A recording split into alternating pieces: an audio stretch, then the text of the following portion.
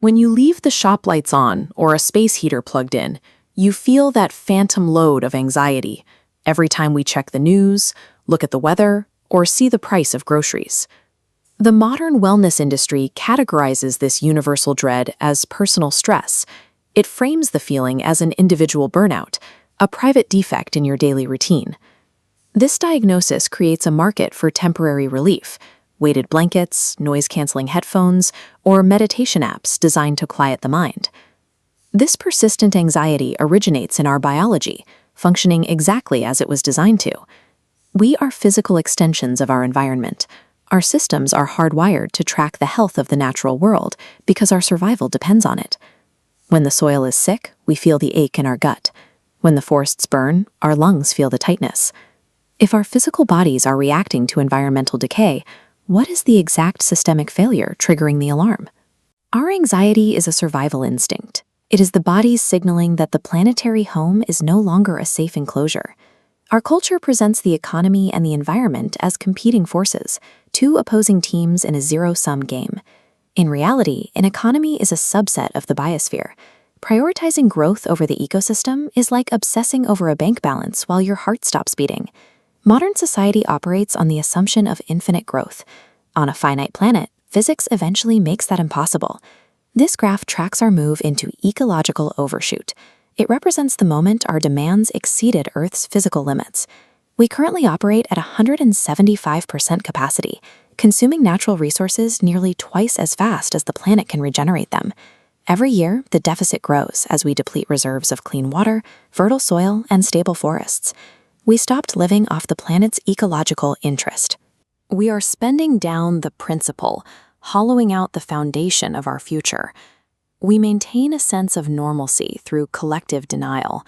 We ignore the data to keep the current systems running.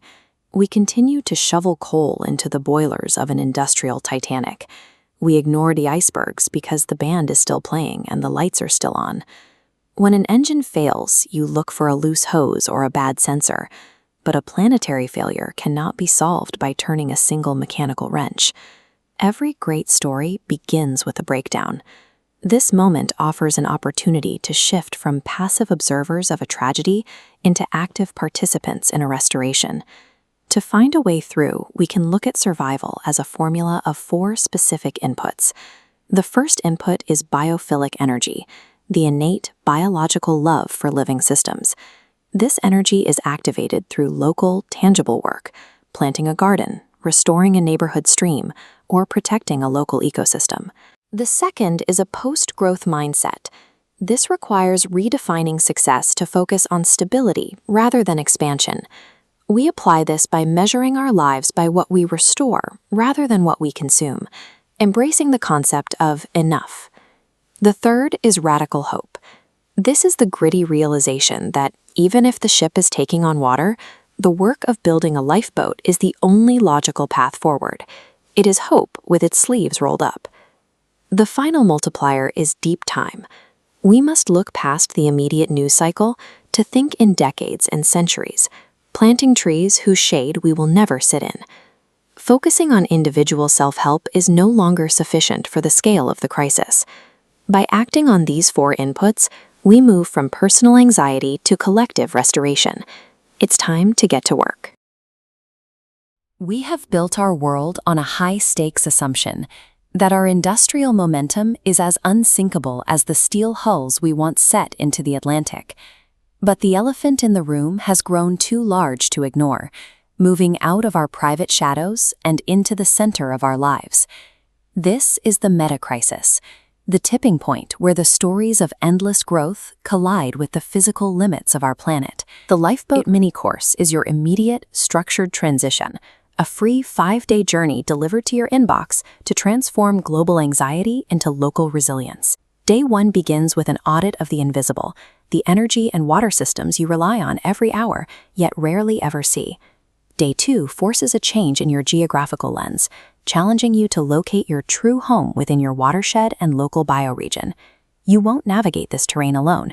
You will receive daily study guides and synthesized patterns designed to cut through the noise and reveal the architecture of change. Day 3 asks you to practice active hope in a world facing ecological overshoot. Day 4 introduces the demanding standard of revolutionary love. By tracing the water back to your neighbor's tap, you move beyond the narrow walls of self-help and into the expansive, interconnected practice of systems health. The climax arrives on Day 5 with the introduction of a specific framework for your future, the 9x21 harvest. Who is your mutual guiding spirit in this transition, and which 9 things will you choose to do? Stop waiting for the headlines to crush you. Sign up for the Lifeboat mini course now. Access your Day 1 materials immediately and join the community hub where the next story of our world is already being written. You can remain tied to the illusion of a collapsing global credit card, or take this course to begin building real systems health today. The Earth is tired of the lie. It is time to dance with the truth.